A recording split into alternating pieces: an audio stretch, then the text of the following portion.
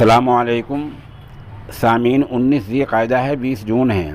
Social India news में आपका खैर मक़दम है। ख़बर का उन्वान है खुश आइंद ख़बर। ख़बर थोड़ी तफसील से सुनिए।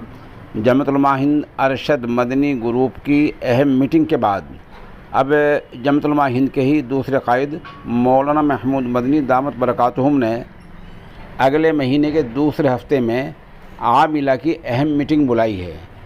बताया जा रहा है कि आमिला की मीटिंग हंगामी हालात में बुलाई जा रही है और हंगामी हालात में आप समझ सकते हैं कि जमीयत के एक होने के अलावा कोई दूसरा मौजू और इशू इसका भी नहीं है। बहरहाल ये नेकफाल है, खुशाइंद ख़बर है कि इससे पहले हज़रत मौलाना अरशद मदनी दामत बरकातुहुम जमीयत के एक होने का वाज़ेह इशारा दे चुके हैं और जमीयत की आमिला ने वहाँ भी बाकायदा दोनों जमीयतों के एक होने की तजवीज़ पास कर दी है।